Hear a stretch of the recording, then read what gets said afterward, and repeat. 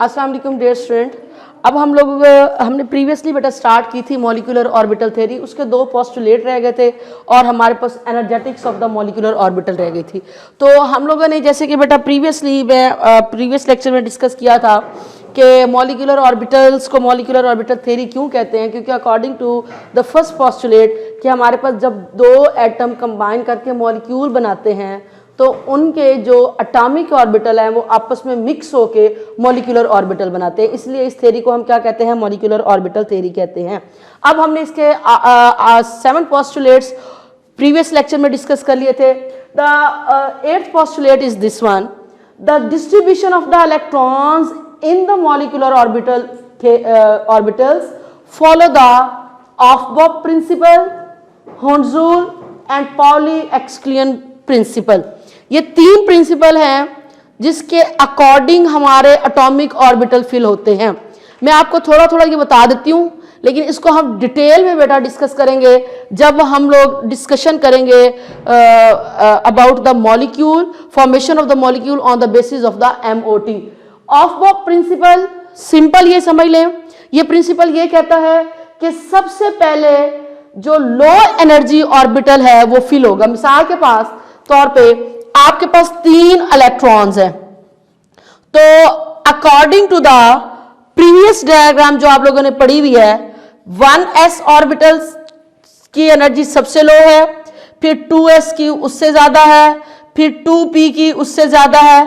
तो according to the Aufbau principle हमारे पास सबसे पहले जो इलेक्ट्रॉन जाएंगे वो s में जाएंगे और s में मैक्सिमम 2 इलेक्ट्रॉन आते हैं, तो ये कंप्लीटली फिल हो जाएगा। फिर बाकी मानदा इलेक्ट्रॉन जो है वो किस में जाएंगे, वो अगले ऑर्बिटल में जाएंगे, यानी कि बाकी 1 इलेक्ट्रॉन रह गया तो वो 2s में जाएगा। ये हमारे पास है ऑफ-बॉब प्रिंसिपल। हर्ट्ज रूल ये कहता है कि अगर आपके पास डीजनरेट ऑर्बिटल हो, डीजनरेट ऑर्बिटल में बहुत दफा बेटा अपने लेक्चर्स में आप लोगों के साथ डिस्कस कर चुकी हूं, ऐसे ऑर्बिटल्स जिनकी एनर्जी सेम होती है, एक जैसी होती है, उनको बेटा हम लोग क्या कहते हैं, डीजनरेट ऑर्बिटल। जैसे कि ये देखें हमारे पास 2p है, तो 2p सब शेल के अंदर हमारे पास ऑर्बिटल है 2px, 2py, 2pz है। अब मिसाल के तौर पे बेटा हमारे पास अगर 3 इलेक्ट्रॉन हैं तो ये नहीं होगा कि 2px कंप्लीटली फिल हो जाएगा और 2py और 2pz रहेगा, नहीं, इन तीनों में एक इलेक्ट्रॉन जाएगा विद द सेम स्पिन। इसको मेरा बेटा हम क्या कहते हैं, हर्ट्ज रूल कहते हैं। और जो हमारा आखिरी रूल है वो है Pauli exclusion principle. According to this principle जो 2 इलेक्ट्रॉन एक ही ऑर्बिटल में होते हैं, अब s के अंदर मैक्सिमम बेटा कितने इलेक्ट्रॉन आते हैं, 2 आते हैं, तो ये जो दोनों इलेक्ट्रॉन होंगे बेटा इन दोनों की स्पिन क्या होगी, वो ऑपोजिट स्पिन होगी।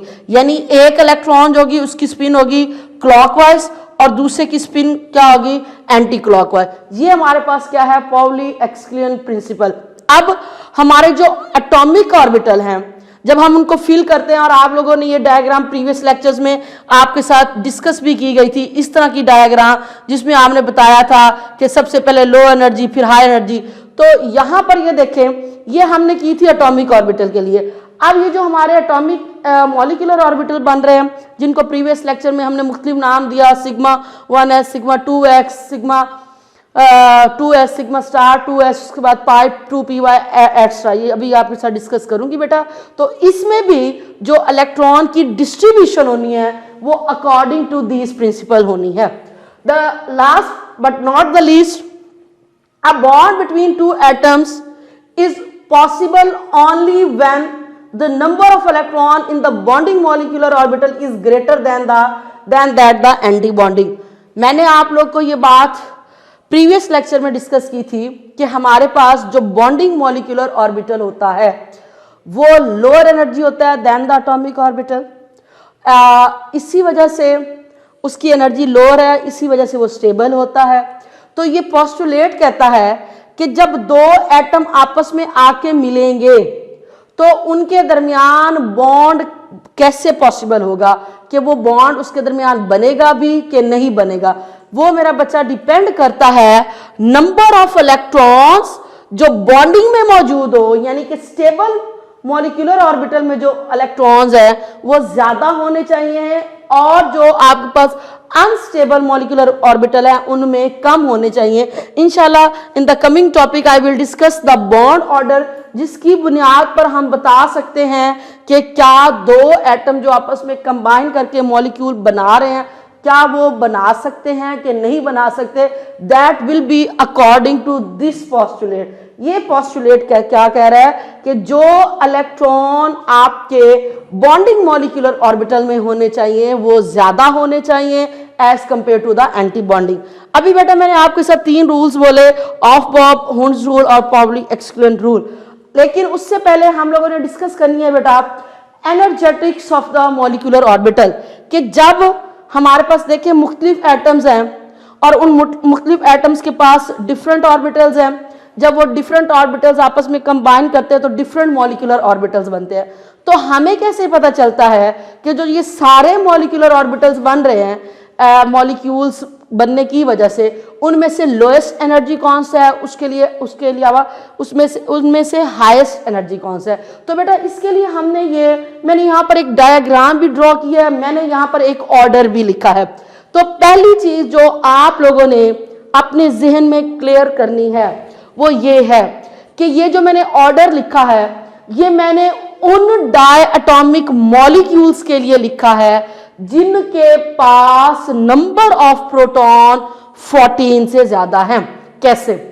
आपको पता है what is the proton number of oxygen? 8। तो 8 एक ऑक्सीजन का, 8 दूसरे का, तो टोटल बेटा इसमें कितने हमारे पास प्रोटॉन आ जाए?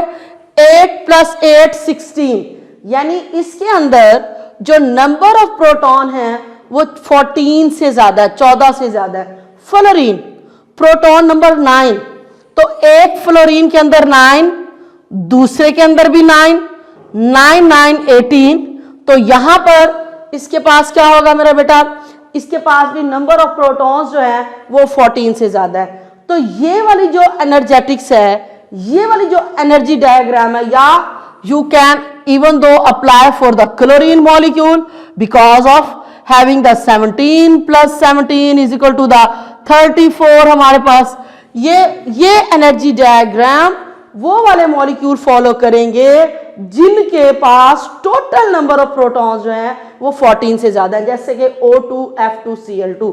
अब इसमें पहले तो हम इस ऑर्डर को देखते हैं। मैंने आप लोग को प्रीवियसली ये बात डिस्कस की कि हमारे पास, अब यहां बेटा इस पिक्चर को आपने गौर से देखना है। ये जो मैंने इसके इस साइड पे लिखी हुई है, ये जो मैंने बनाए हुए हैं, ये एक एटम की एटॉमिक ऑर्बिटल है, कोई भी आपका जो एटम आपस में कंबाइन कर रहा है, और ये दूसरे एटम के हैं 1s 2s 2px 2py 2pz। What are these बेटा? These are the atomic orbitals. ये हमारे पास बेटा क्या है? Atomic orbitals. अब एक एटम के एटॉमिक ऑर्बिटल्स जब दूसरे एटम्स के एटॉमिक ऑर्बिटल्स के साथ ओवरलैप कर रहे हैं तो what are they going to form? वो क्या बना रहे हैं? हम प्रीवियस लेक्चर में डिस्कस कर चुके हैं कि जब 1s के साथ हेड ऑन ओवरलैप करता है, एक बॉन्डिंग बनता है, एक एंटी बॉन्डिंग बनता है।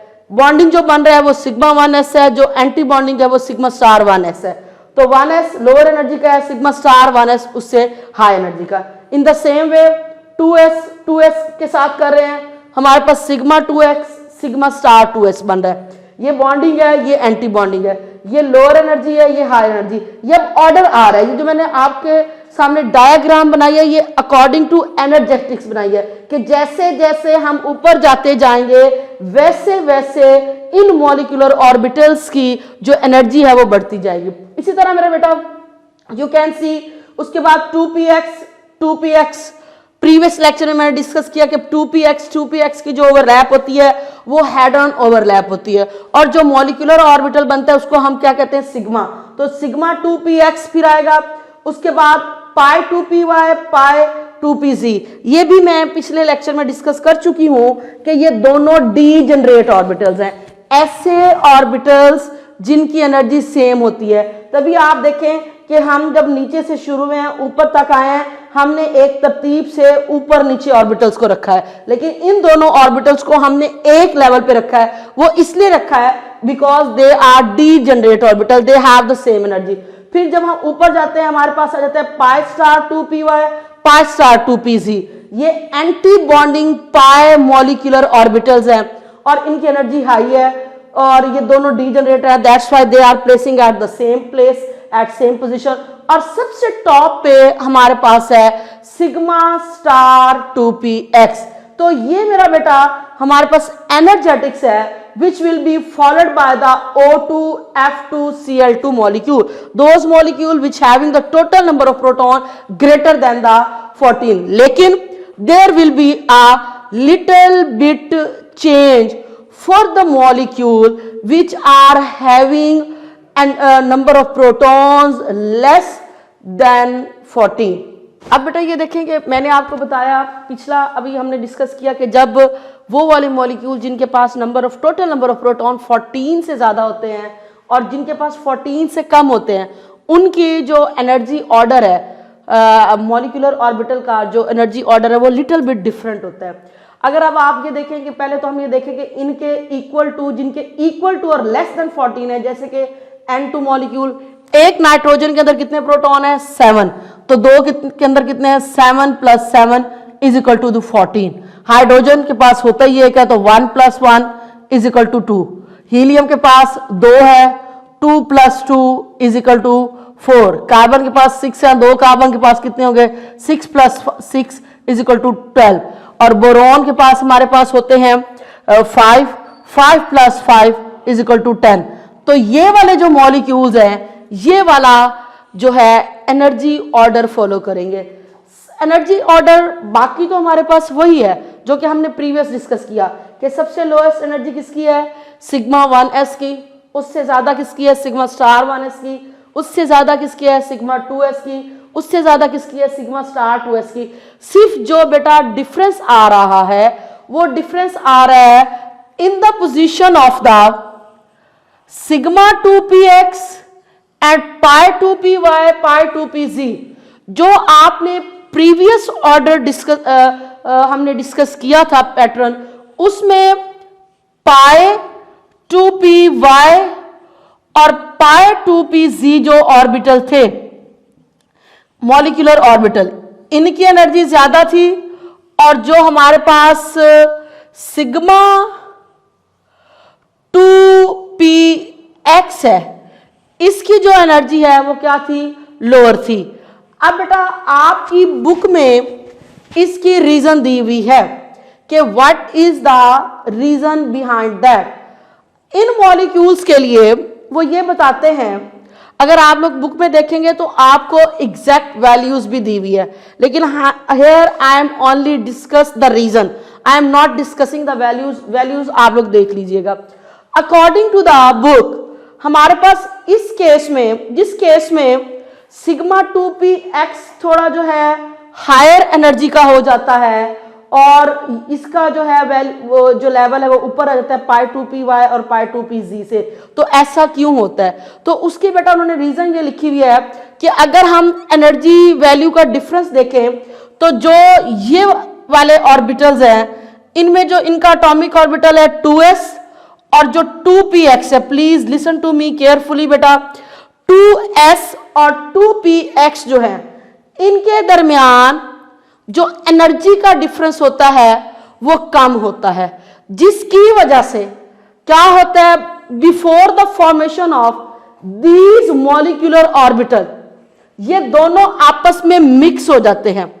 इस मिक्सिंग की वजह से इस s के अंदर p करैक्टर आ जाता है और इस p के अंदर s के साथ साथ p करैक्टर, p तो ये है, इसके अंदर s करैक्टर भी आ जाता है।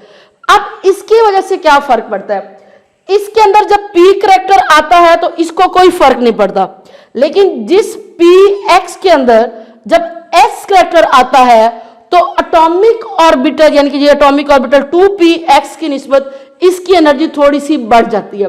जब एनर्जी बढ़ती है तो as a result of that जब वो मॉलिक्यूलर ऑर्बिटल सिग्मा 2px बनाता है तो वो इसकी एनर्जी कम नहीं हुई, ये अपने लेवल पे है। लेकिन ये क्यों ऊपर चला गया?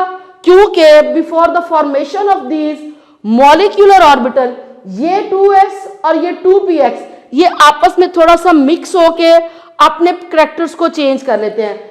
s के अंदर p वाला कैरेक्टर आ जाता है और p के अंदर p के साथ साथ s वाला कैरेक्टर भी आ जाता है, जिसकी वजह से इसकी एनर्जी थोड़ी सी बढ़ जाती है। इसी वजह से as a result of that जो हमारे पास ये मॉलिक्यूलर ऑर्बिटल 2px बनेगा वो प्रीवियस जो हमने अपना ट्रेंड डिस्कस किया था उसकी निस्बत इसकी एनर्जी जो है वो हमारे पास थोड़ी सी क्या हो जाएगी, बढ़ जाएगी। ये रीजन जो है ये बेटा बहुत विद वैल्यूज ये रीजन आप लोगों को बुक के अंदर दी हुई है और ये शॉर्ट क्वेश्चन में भी आ जाता है कि बताएं N2 मॉलिक्यूल जो है हमारे पास H2 या स्पेशली N2 के रेफरेंस से पूछते हैं, उस केस में जो सिग्मा 2px है उसकी एनर्जी पाई 2py और पाई 2pz से क्यों ज्यादा होती है। तो ये रीजन बेटा आपने विद वैल्यूज बुक में से अच्छी तरह लर्न करनी है कि क्या वजह है। मैंने आपको रीजन बता दिए, वैल्यूज जो है you have to learn from the book. उसके बाद बेटा यहां तक तो बात डिस्कस हो गई सारी, हम लोगों ने एनर्जेटिक्स भी डिस्कस कर ली। लेकिन क्वेश्चन ये है कि हमें कैसे पता चलेगा कि जब दो मॉलिक्यूल बॉन्ड बनाते हैं तो क्या वो मॉलिक्यूल बॉन्ड बनाते भी हैं कि नहीं, या अगर वो बॉन्ड बना रहे हैं तो कितने बॉन्ड बनते हैं, एक बॉन्ड बनता है, दो बॉन्ड बनते हैं, तीन बॉन्ड बनते हैं एंड सो ऑन। तो बेटा इसको बताने के लिए हम लोग यहां पर डिस्कस करेंगे बॉन्ड ऑर्डर। बॉन्ड ऑर्डर क्या होता है? It is very easy. Bond order is the half of the difference between the number of electrons present in bonding molecular orbital and anti-bonding molecular orbital। तो मेरा बच्चा इसको discuss करने के लिए हम यहां पर मैं यहां दो एग्जांपल्स लूंगी। एक फॉर्मेशन ऑफ H2 मॉलिक्यूल लूंगी, formation of H2 molecule according to the molecular orbital theory, और एक हम लोग डिस्कस करेंगे फॉर्मेशन ऑफ He2 मॉलिक्यूल। हमें बॉन्ड ऑर्डर ही इस बात का जवाब दे देगा बॉन्ड बनेंगे तो कितने बनेंगे और अगर बॉन्ड नहीं बनेगा तो क्यों नहीं बनेगा। अब सबसे पहले हाइड्रोजन।